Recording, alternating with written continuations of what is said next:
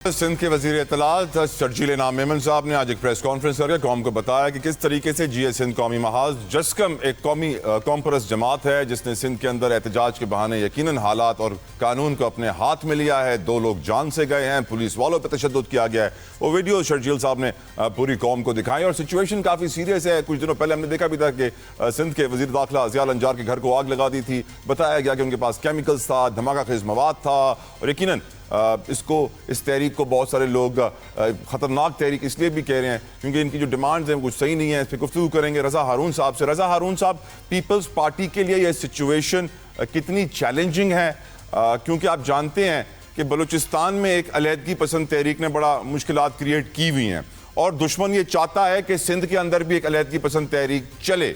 आपका इस पर ओपिनियन क्या है रज़ा हारून साहब? इस वक्त पाकिस्तान के तमाम ही सियासी रहनुमाओं को, छोटी बड़ी जमातों को, चाहे वो पार्लियामेंट में हो या ना हो, जो मुहब्बुल वतन है और सब है, उनको वक्त की नजाकत का एहसास होना चाहिए। चाहे वो जस्कम के रहनुमा हो या पीपल्स पार्टी के हो या PTI के हो, उनको इस वक्त की नजाकत का एहसास होना चाहिए कि ये वक्त अगर हम अपने बीच में ये दरारें पैदा रखेंगे ना, अगर हम अपने बीच में ये फासले पैदा रखेंगे तो उन्हीं फासलों को, उन्हीं दरारों को इस्तेमाल करते हुए दुश्मन जो है, जो फितना हिंदुस्तान के नाम से है, वो आएगा और उन दरारों को इस्तेमाल करके आपको इस्तेमाल कर जाएगा। तो ये वक्त नहीं है अपने छोटे छोटे इख्तलाफात को, अपने सियासी इख्तलाफात को, नजरी इख्तलाफात को या किसी और तरह के इख्तलाफात को कौमी मफाद की खातिर हमें पसे-पुश डालना होगा। मैंने ये जस्कम की कार्रवाई और दीगर जो होते रहे हैं पानी के मामले से, जब से मामला उनका चला है, तो कुछ ज्यादा एग्रेसिव हो गए, कुछ ज्यादा इमोशनल हो गए और उस एग्रेशन में, इमोशन के अंदर वो कौमी अमलाक को नुकसान भी पहुंचा रहे हैं। एक्सपोर्ट के मामला को भी उन्होंने बड़ा नुकसान पहुंचाया जो ट्रॉलर्स के साथ और उनके साथ उन्होंने वहां किया। ये सब अच्छी बातें नहीं है, लेकिन मैं उम्मीद रखूंगा कि हमारे वजीर जो हैं पीपल्स पार्टी के, चूंकि मेरा भी ताल्लुक पीपल्स पार्टी से है, ये मामला सिर्फ प्रेस कॉन्फ्रेंस के नहीं होते हैं ना। सरकार का काम प्रेस कॉन्फ्रेंस करना नहीं होता है। तो मुझे पूरी उम्मीद है कि या तो ऐसे तमाम एलिमेंट्स को और सिंध की तमाम पॉलिटिकल फोर्सेस को ऑन बोर्ड लिया जाए, उनको ये बात बताई जाए कि मुल्क के हालात से गुजर रहा है, और फिर जो ना माने तो फिर इसका मतलब है कि वो हम में से नहीं है, वो दुश्मनों के साथ है। फिर उसके लिए प्रेस कॉन्फ्रेंस ना करें, कार्रवाई करें। क्या कार्रवाई करें आपकी नजर में? क्योंकि आज शर्जील साहब ने सर वो हिंदुस्तान की मीडिया की वीडियोस दिखा दी हैं। देखिए ना, अगर किसी ने कानून तोड़ा है और उस कानून तोड़ने की कोई सजा है, वो चाहे गिरफ्तारी हो, नजरबंदी हो, वो यही कार्रवाई होती है ना। वो कार्रवाई ये तो नहीं होती कि कानून आपने तोड़ा, सजा मुझे दे दें। नहीं, शर्जील साहब कहते हैं शफी बुरफत नामी एक शख्स है जो मुल्क से बाहर बैठ के कार्रवाई करवा रहा है, तो सर इंटरपोल को यूज करें, उसको अरेस्ट करवाएं। एग्जैक्टली, मैं ये कह रहा हूँ ना, सरकार प्रेस कॉन्फ्रेंस करके बताती जरूर है, लेकिन सरकार का काम सिर्फ, देखिए ना, मेरी अपनी पार्टी है, मैं उसके बावजूद ये कह रहा हूँ, सरकार का काम सिर्फ इत्तला देना नहीं होता है ना। सरकार का काम कार्रवाई करके भी बताना होता है कि हाँ भाई ये वाकया हुआ, ये सानिया हुआ, ये जिम्मेदारान है और ये हमने कार्रवाई की। ये है कंप्लीट प्रेस कॉन्फ्रेंस, जिससे कि मैं सुनने के बाद कहूंगा हाँ, मुझे मेरी सरकार ने मुझे ऑन बोर्ड लिया, मुझे इन्फॉर्म किया। और आपकी नजर में ये सारी कार्रवाइयां हो इसलिए रही हैं कि पीपल्स पार्टी को कमजोर किया जाए रजा साहब? नहीं sir, Peoples Party, PTI, PMLN, XYZ, Jamaat Islami, MKM, ये इशू नहीं है इस वक्त। आप जिस दौर से गुजर रहे हैं, अभी हम भूल गए शायद, अभी 7, 8, 9 मई, 10 मई को भी हम भूल, मई में ही हम मई को भूल गए कि हम किस दौर से गुजरते हुए हैं। तो आपका ख्याल है दुश्मन जो है, जिसको कि बदतरीन शिकस्त हुई है, जिसके वजीर आजम को बदतरीन हजीमत का सामना करना पड़ा है, जिसके तैयारे गिर गए, जिसको कि पूरी दुनिया में आइसोलेशन में चला गया, भारत के साथ, मोदी के साथ सिर्फ एक आदमी खड़ा हुआ है, वो इसराइल का नेतन्याहू है। वो गाजा का कातिल है, रात का कातिल है। तो आप समझते हैं कि वो खामोश बैठेगा, वो अपनी प्रॉक्सीज को यूज नहीं करेगा।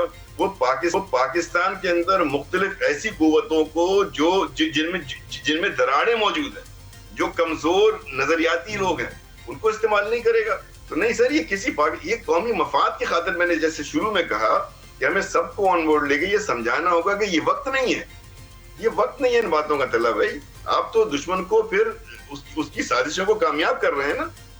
This is what I'm saying. बिल्कुल ठीक, बिल्कुल ठीक। तैमूर मलिक साहब, your views on the situation. क्या आप समझते हैं कि दुश्मन भारत देख रहा है और वो ताज लगाए बैठा हुआ है कि उसे कोई मौका मिल जाए और वो कार्रवाई करे और वो दुश्मनों को फंड करेगा, हथियार देगा, असलहा देगा? क्या आप समझते हैं कि सिंध में भी जो हालात पैदा हो रहे हैं, जिस तरह शर्जील इनाम मेमन साहब ने बताया कि इंडिया में बड़ा जश्न मनाया गया था जब सिंध के वजीर दाखिला का घर जलाया गया, आपकी नजर में ये सिचुएशन कितनी सीरियस है बैरिस्टर तैमूर मलिक साहब? देखें, किसी का घर तो बिल्कुल नहीं जलाना तो दूर की बात है कि बगैर इजाज़त दाखिल भी नहीं होना चाहिए किसी को, इसमें तो कोई दो राय नहीं है। लेकिन जहाँ तक वैसे ही बात है, मेरे ख्याल में इंडिया को तो ये, और इंडिया की अफवाज को, आवाम को समझ आ गई है बात कि किसी भी घर में जिस तरह भाई बहनों में इख्तलाफ हो सकता है, लेकिन बाहर वालों के लिए वो एक इकट्ठे हो जाते हैं। तो पाकिस्तानी अवाम ने यह साबित किया है कि हमारी जो भी अपने इख्तलाफात हों, चाहे वो किसी सूबे के अंदर हो, नेशनल लेवल के ऊपर हो, पार्टीज़ के अंदर भी होते हैं, लेकिन इस कुछ इश्यूज़ के ऊपर हम बिल्कुल यूनाइटेड हैं। और ये इंडिया का इशू, कश्मीर का इशू बिल्कुल उनमें से एक अहम तरीन इशू है। और इसमें तो कोई, अब उनको इस मई के महीने की अपनी कार्रवाई और अपनी शिकस्त के बाद कोई उस पर शक नहीं होना चाहिए कि अगर वो कभी भी मैली आंख से पाकिस्तान की तरफ देखेंगे तो पाकिस्तान के सारे अवाम, वो रज़ा हारून हो, तैमूर मलिक हो, वो इकट्ठे ही खड़े होंगे और एक ज़बान से जवाब देंगे। और इसमें तो मेरे ख्याल में ऐसी कोई बात नहीं है। बाकी जहाँ तक इख्तलाफ राय की बात है, देखें, सिंध के अवाम जो हैं वो अपनी हकूक़ के लिए अगर अपनी ही रियासत से, अपनी सूबाई हुकूमत से या वैसे कुछ हकूक़ मांगना चाहते हैं, पुरअमन तरीके से एहतजाज करते हैं, तो उसमें तो कोई दुश्वारी नहीं होनी चाहिए। ना उनके ऊपर जुल्म होना चाहिए, ना उनको कानून अपने हाथ में लेना चाहिए। यही बाकी जगह की बात है। जहां तक बलूचिस्तान की बात है, मैं सिर्फ आखिरी बात करूंगा कि लेकिन वहां पे जिस तरह अगर इंतहा पसंद तरीके से और मिलिटेंट ऑर्गेनाइजेशंस, टेररिस्ट ऑर्गेनाइजेशंस, अगर वो हमारी अफवाज पे, हमारे मासूम शहरियों के ऊपर करेंगे, हमले करेंगे, तो जाहिर है रियासत उसका जवाब देगी। ख़वातीन और हज़रात, ईद करीब आ रही है। यकीनन अपने बच्चों के कपड़ों की तैयारी कर रहे होंगे, कुर्बानी के जानवर की तैयारी कर रहे होंगे। हमारे बच्चे यकीनन आज पेट भर के खाना खा के सो रहे हैं। हमें वो परेशानी नहीं है जो आज फ़लस्तीन के बच्चों को है। मुझे बड़े अफसोस के साथ कहना पड़ रहा है कि आज भी अगर हम गज़ा के मनाजिर देखें तो आज यहूदियों ने वहाँ पर जेरूसलम डे मनाया है। 1967 में जो अरब इजराइल वॉर हुई थी 6 दिन की, उसके बाद से यहूदी ज़ायनिस्ट शैतान के पुजारी ये दिन मनाते हैं, और गज़ा की जंग शुरू होने के बाद दूसरी बार ये दिन मनाया गया। आज मस्जिद अक्सा में बड़ी तादाद में यहूदी हमेशा की तरह घुस आए और उन्होंने अपना झंडा भी लहराया, और वो मनाजिर इस वक्त पूरे सोशल मीडिया पे हर कोई देख रहा है।